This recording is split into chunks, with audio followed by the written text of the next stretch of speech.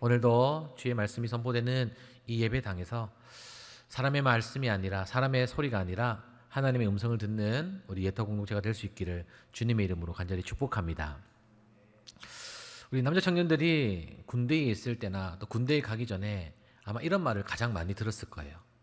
너무 잘하지도 말고 너무 못하지도 말아서 늘 중간만 하라라는 말을 많이 들었을 겁니다.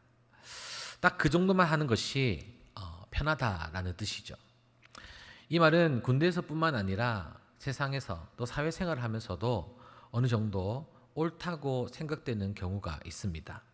어떤 사건이나 문제에 의해서 의견이 대립될 때에 중간에 있는 것, 그리고 어느 정도의 타협점이 있는 것이 낫다고 생각하면서 이것이 사회생활을 잘하는 것처럼 보일 때도 있다라는 것이죠.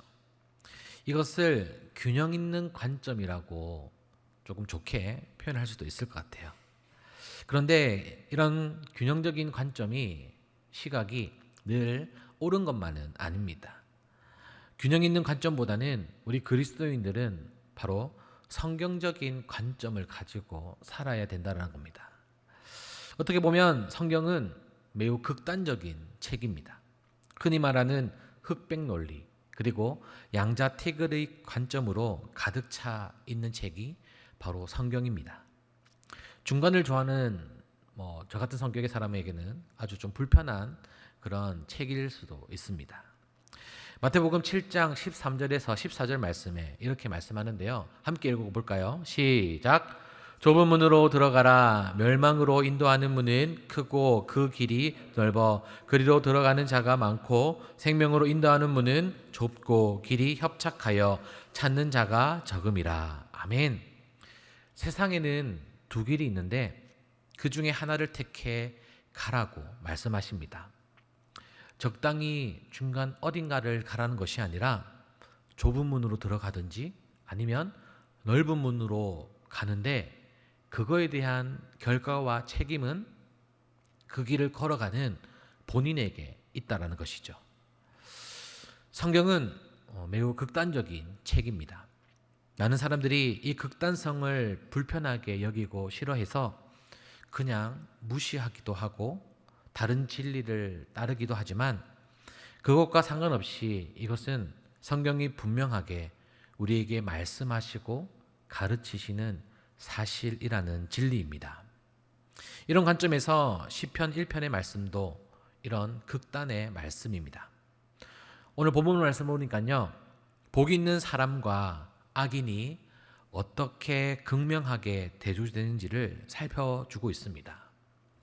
오늘 본문 말씀은 누가 영원한 삶을 향해 가고 있는지 그리고 누가 영원한 멸망의 삶을 살아가고 있는지를 우리에게 보여줍니다. 물론 이 말씀이 영생을 얻을 수 있는 말씀을 말해주는 것은 아닙니다. 다만 내가 지금 어디를 향해 가고 있는지 우리 자신을 스스로 점검해 볼 수 있다는 것이죠. 사랑하는 여러분, 복 있는 사람은 어떤 사람일까요? 복 있는 사람은 행복한 사람입니다. 우리 기준에서가 아니라 궁극적인 의미에서 하나님이 보실 때에 행복한 사람이 바로 복 있는 사람이다라고 할 수 있습니다. 복 있는 사람은 악에서 먼 사람이라고 1절에서 말씀하고 있습니다. 1절 말씀 같이 한번 읽어볼까요? 시작!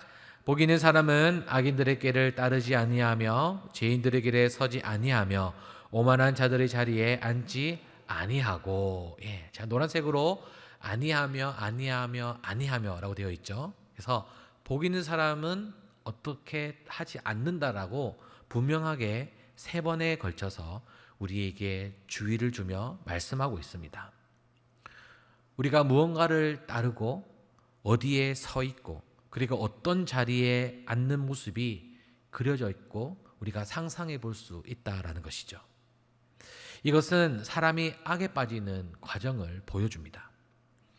악인의 꾀를 따르지 않는 것은 악인의 충고를 따르는 것입니다. 그리고 세상이 하는 말을 듣고 그 가르침이 옳다라고 생각하고 행동한다라는 것이죠. 즉, 복 있는 사람은 세상의 그런 거짓말에 속지 않는 것입니다. 또한 죄인의 길에 서지 않는다라는 것은 삶의 방식이 세상의 사람들과 또 세상의 기준과 다르게 살아가고 살아내고 있다라는 것입니다. 길과 그리고 걷는다라는 표현은 일반적으로 우리의 삶을 가리킵니다. 이것은 바로 죄인의 길에 서는 죄인들의 삶의 방식을 따라 살아가는 것이라고 할 수 있습니다. 그래서 앞의 말은 생각에 대한 것이고, 그리고 뒤에 것은 행동에 대한 것인데, 바로 행동은 자신의 삶의 패턴이라는 것이죠. 그래서 오만한 자의 자리에 앉는 것은 그 무리에 속하는 것, 즉 우리가 그리스도인으로 부름을 받았지만 세상에 속해져 있어서 세상의 사람들처럼 그렇게 살아가서는 안 되고, 주님의 길에 서서 형통한 삶을 따라 나아가야 된다라는 것을 말씀하고 있습니다. 그 말씀을 우리에게도 권면해 주듯이 잠언 3장 34절에 이렇게 말씀합니다. 함께 읽어볼까요? 시작. 진실로 그는 거만한 자를 비웃으시며 겸손한 자에게 은혜를 베푸시나니. 아멘. 여기서 거만한 자와 이 겸손한 자를 대조시키고 있습니다. 이 거만한 자는 어떤 걸까요? 바로 내 삶의 주인이 자기 스스로이고 자기 자신이라고 그렇게 고백하는 사람이고요. 그리고 겸손한 자는 뭐예요? 나의 삶의 주인이 예수 그리스도다. 그리고 예수 그리스도를 통하여서 하나님을 따르고 하나님의 자녀가 되겠습니다 라고 고백하고 그 삶의 자리에 주인의 자리를 내어드리는 사람이 바로 겸손한 자이라는 것입니다. 사랑하는 여러분, 여러분들은 어떤 사람에 속하기를 원하십니까? 그리고 내가 원하는 것과 나는 그렇게 살아가고 있는지를 한번 스스로 생각해 보시기를 바랍니다. 오만한 자와 교만한 자는 단순히 하나님이 없다고 생각하는 자들이 아니라 하나님에 대해 적극적으로 부정하고 모욕하는 자라고 볼 수가 있습니다. 즉 하나님이 계속 우리를 위해서 말씀하고 계시고 사랑을 주시고 다 예비해 두셨는데 그것이 어디서부터 왔는지에 대해서 전혀 생각하지 않고 감사할 줄 모르는 그 사람이야말로 하나님에 대해서 부정하고 하나님의 사랑에 대해서 모욕하는 사람이라고 할 수 있다는 거죠. 바라옵기는 우리는 하나님의 그 크신 사랑을 늘 깨달으며 감사할 수 있기를 주님으로 축복합니다. 오늘 그 전도 영상을 통하여서 제가 머릿속에 계속 남는 것은 뭐냐면 그 시네라 씨의 간증이었어요. 뭐였냐면 정말 하나님의 음성을 내가 소리로 육성으로 듣는 것이 아니라 내 마음속에 드는 생각이 있는데 내 생각이 아니라는 것이죠. 근데 그 내 생각이 아닌 그 생각을, 그 음성을 하나님이 나에게 주시는 말씀이라고 내가 은혜로 받아들여서 그것을 실천으로 옮기고 내가 정죄할 수밖에 없었고 비판할 수밖에 없었던 그 남편을 사랑할 수밖에 없었다라는, 사랑할 수밖에 없게 만드셨던 그 하나님 말씀에 순종하였다는 것이 정말 시네라 배우의 간증의 핵심이라고 할 수 있을 것 같습니다. 여러분, 우리의 삶은 어떻습니까? 우리의 삶은 내가 주인인 것처럼 또 내가 내 길의 방향과 목적지를 정해서 살아가고 있지 않는지 우리의 삶을 한번 돌이켜보시고 오늘 우리가 다시 한번 기도할 때에 하나님 나의 삶을 붙들어 주시고 이끌어 주시고 내가 따라갈 수 있는 그런 담대한 믿음을 나에게 허락하여 주시옵소서.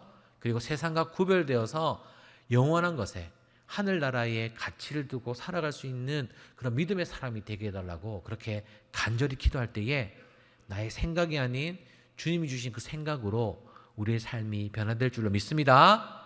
그렇게 살아갈 수 있는 우리 모두가 될 수 있기를 축복합니다. 그리고 2절 말씀 함께 읽어볼까요? 2절 말씀 함께 읽겠습니다. 시작. 오직 여호와의 율법을 즐거워하여 그의 율법을 주야로 묵상하는도다. 예. 하나님이 말씀하시는 의인 그리고 복 있는 사람의 조건은 오늘 말씀해 보니까요. 무엇을 즐거워한다고요, 여러분? 맞아요. 율법을 즐거워하고 그리고 그 율법을 주야로 어떻게 한다고요? 묵상한다라는 거죠. 여러분, 묵상한다라는 것을 어떻게 표현하자면 좋을지 생각해 보다가 우리 휴대폰과 마찬가지인 것 같아요. 여러분, 휴대폰 언제 제일 많이 봅니까? 그냥 뭐 주구장창 보죠. 예. 아침에 제일 먼저 일어나서 제일 손에 잡는 게 뭐예요? 핸드폰이죠. 그리고 화장실 갈 때 내 손에 들려있는 게 뭐예요? 핸드폰이죠. 그리고 지하철이나 버스에 타고 보면 모든 사람들이 어떤 것을 보고 있죠? 핸드폰을 보고 있어요. 그런데 여러분, 만일 이 핸드폰이 아니라 우리가 성경 말씀을 내 손에 그렇게 쥐고 있다면 어떨까요? 예. 여러분, 그게 묵상이라는 거죠. 내가 그 말씀이 내 삶 속에 늘 가까이 있고 내가 손을 뻗으면 닿을 수 있는 그 자리에 성경책을 두고 내가 이 시간, 귀한 이 시간을 허비하지 않고 딴 것에 허비하지 않고 하나님의 말씀을 보고 그 말씀이 주시는 은혜대로 살아가겠다 결단하고 그렇게 행하는 것이 바로 묵상하는 자들의 모습이라 할 수 있습니다. 그래서 이번 한 주간은 좀 휴대폰을 좀 내려놓고 그 대신 한번 성경을 한번 붙들어 보십시오. 그러면 분명히 하나님께서 여러분들에게 특별한 은혜와 은혜의 말씀을 여러분들에게 전해 주실 줄로 믿습니다. 그래서 또 3절 말씀에 보니까요, 그는 이라고 하면서 하나님에 대해서 말씀하고 있는데, 우리 말씀 띄워주시면 또 함께 3절 말씀 읽어보겠습니다. 3절 말씀 같이 한번 읽어볼까요? 밑에 작은 글씨 시작. 그는 시냇가에 심은 나무가 철을 따라 열매를 맺으며 그 잎사귀가 마르지 아니함 같으니 그가 하는 모든 일이 다 형통하리로다. 아멘. 여러분, 나무가 심겨질 때에 가장 좋은 위치가 어딜까요? 예, 오늘 말씀처럼 시냇가 바로 옆에 심은 나무가 가장 잘 크다는 거죠. 나무가 잘 크기 위해서는 물이 가장 중요합니다.